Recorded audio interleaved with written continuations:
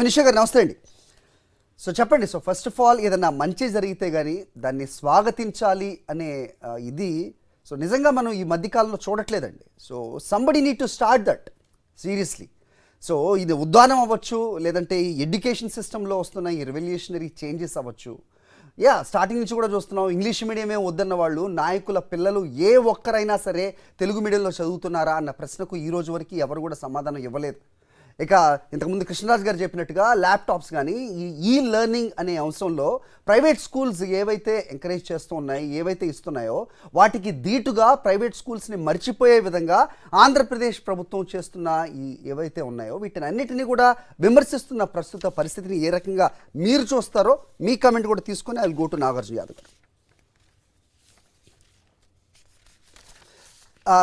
Please unmute the volume అండి. ముందుగా మీకు ప్యానెల్లో ఉన్న నాగార్జున యాదవ్ గారికి, కృష్ణరాజు గారికి, సాక్షి న్యూస్ ప్రేక్షకులకి నా నమస్కారాలు. మీరు ఈరోజు ఈ టాపిక్ తీసుకొని ఒక మంచి డెసిషన్ తీసుకున్నారు. అంటే బేసికల్ గా మనం ఏం చూడాలంటే విద్యారంగం కానీ వైద్య రంగం కానీ before Covid and after Covid అని రెండు విషయాలుగా మనం పరిగణించవచ్చు. మీరు ఇందాక మాట్లాడుతూ ప్రైవేట్ స్కూళ్ళల్లో ఈ ట్యాబ్స్, ల్యాప్టాప్స్ అవన్నీ పిల్లలకి ఇస్తున్నారన్నారు. కోవిడ్ సమయంలో ఏం జరిగిందంటే 2020 మార్చ్ నుంచి దాదాపు 2021 వరకు మనకు ఈ ఫిజికల్ గా చదువు చెప్పకపోవడం వలన అందరూ కూడా ఈ ట్యాబ్స్ ద్వారా, ల్యాప్టాప్స్ ద్వారా, మొబైల్స్ ద్వారా ఆన్లైన్ క్లాసులకు పెట్టడం జరిగింది. చాలా వరకు నాకు తెలిసి 90%, 95% వరకు పిల్లలు కానీ, స్కూల్స్ కానీ అంతకు ముందు ఈ ఆన్లైన్ క్లాసెస్ కానీ, టీచింగ్స్ కానీ అంత ఎంకరేజ్ చేసేవి కాదు. నేను బేసికల్ గా I'm graduate of MBBS and post graduate కాబట్టి ఐఐటి లేదా ఇంజనీరింగ్ క్వాలిఫికేషన్, ఎంబీబీఎస్, ఎంబీఏ ఇట్లాంటి వాటిలో మేము right from the first year join అయినప్పటి నుంచి ఎక్కువగా వాడాల్సి వస్తుంది ప్రెజెంటేషన్స్ కానీ పిల్లలకు మరి 8th, 9th, 10th, 6th, 5th అంటే మేము పిల్లలను చూసాం. మా పాప 3rd, 4th మేము వాడాల్సి వచ్చింది. సో ఆ టైంలో పిల్లలు చాలా ఫెమిలియరైజ్ అవడం జరిగింది. ఇది వాస్తవం. అంటే ఇది ఎందుకు చెప్తున్నానంటే నేను ఇక్కడ రెండు విషయాలు ఆలోచించాలి. Keep aside politics. రెండు విషయాలు ఏంటంటే ఎక్కువసేపు ఈ ట్యాబ్స్ చూడడం కానీ, ఎక్కువసేపు మొబైల్స్ చూడడం కానీ, ఎక్కువసేపు ల్యాప్టాప్స్ చూడడం కానీ ఇట్స్ మెడికల్లీ నాట్ అడ్వైజబుల్. దానివల్ల పిల్లలకు షార్ట్ సైటెడ్ లో అంటే మీరు మనం చాలా తక్కువ డిస్టెన్స్ లో చూడడం వల్ల డెఫినెట్ గా వాళ్ళ కళ్ళు డెఫినెట్ గా ఎఫెక్ట్ అవుతుంది. వాళ్ళకు లాంగ్ టైమ్ స్క్రీన్ స్పేస్ చూడడం వల్ల హెడ్ ఏక్స్ ఇలాంటి ప్రాబ్లమ్స్ వస్తాయి. కోవిడ్ 1.5 year ఏదుందో అది we were forced. As a doctor మేము కూడా పెట్టుకోవాల్సి వచ్చింది. మెడికల్ పరంగా కూడా వి వోంట్ ఎంకరేజ్. నేనే కాదు, ఏ డాక్టర్ కూడా ఎంకరేజ్ చేయాలి. అండ్ రెండవది, ఫిజికల్ ఎడ్యుకేషన్ కి ఇది ప్రత్యామ్నాయం కాదు, ఇది ఒక టెక్నికల్ సపోర్ట్ మాత్రమే అనేది మనం 100% గుర్తుంచుకోవాల్సిన విషయం. సో దీన్ని మనం వాడుకోవాలి. ఎందుకంటే నేను వాడుకోవద్దని చెప్పట్లేదు, నేను జస్ట్ 3-4-5 minutes లో చెప్తాను. But physical education it can never replace అండి. ఫిజికల్ ఎడ్యుకేషన్ కి ఇది ఒక సపోర్ట్ మాత్రమే. అండ్ నేను ఇక్కడ కొన్ని విషయాలు ఏం చెప్తున్నానంటే పేద ప్రజలకు ట్యాబ్స్ ఇవ్వడము డెఫినెట్ గా వాళ్ళకి అది యూజ్ అవుతుంది, పేద పిల్లల విద్యార్థులు చదువుకుంటారంటే అది భారతీయ జనతా పార్టీ ఎప్పుడు హర్షిస్తుంది. యాజ్ ఎ డాక్టర్ నేను కూడా వెల్కమ్ చేస్తాను. ఇప్పుడు కొన్ని విషయాలు అంటే నేను అడగదలుచుకుంది ఏంటంటే మనకి ఇక్కడ నాగార్జున యాదవ్ గారు కూడా అందుబాటులో ఉన్నారు కాబట్టి మీరు డిజిటలైజేషన్ చేయండి. నరేంద్ర మోడీ గారి ప్రభుత్వం ఎప్పుడు డిజిటలైజేషన్ కి వ్యతిరేకం కాదు.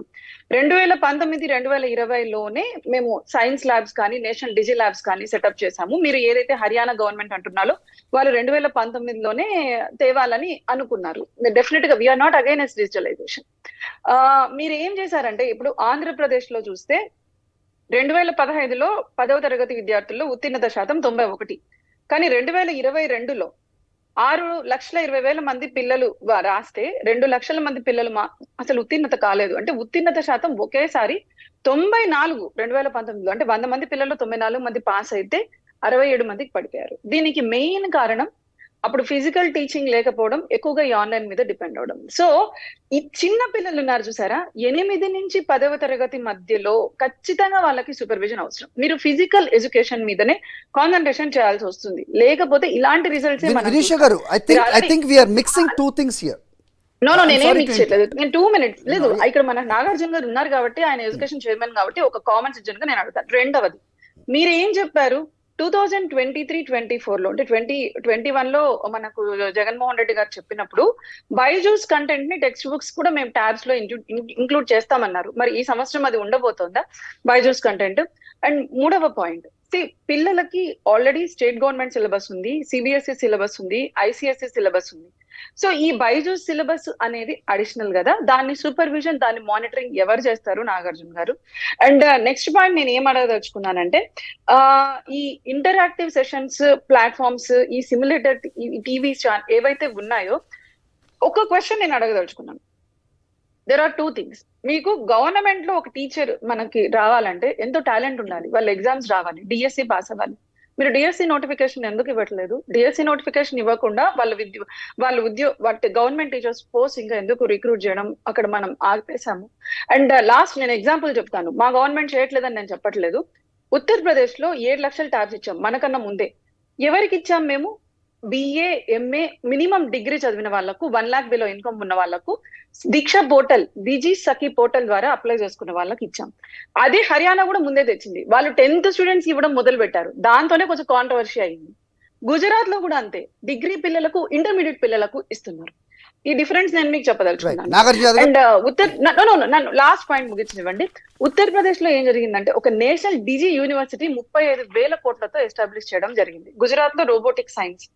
నేను ఏం చెప్తున్నానంటే నాగార్జున గారు, మీరు ప్రతి సంవత్సరం 680 కోట్లు డైరెక్ట్ గా ట్యాబ్స్ కి ఇచ్చి వాటిని పిల్లలకు ఇస్తున్నారు.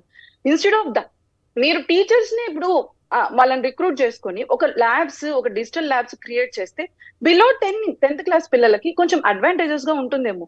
డెఫినెట్ గా మనకి డిగ్రీ అట్లాంటప్పుడు ఇండివిజువల్ ట్యాబ్స్ కావాలి. ఈ విధంగా చేయకుండా ఎందుకు చేశారు? అండ్ లాస్ట్ పాయింట్, ఇది నాకు ఆన్సర్ చేయండి. అదే ఉత్తరప్రదేశ్ లో డిసెంబర్ 2021 లో ట్యాబ్ పర్చేజ్ కాస్ట్ 12,606 రూపాయలు. మరి మీరెందుకు ఎక్కువ కొనుక్కున్నట్టు?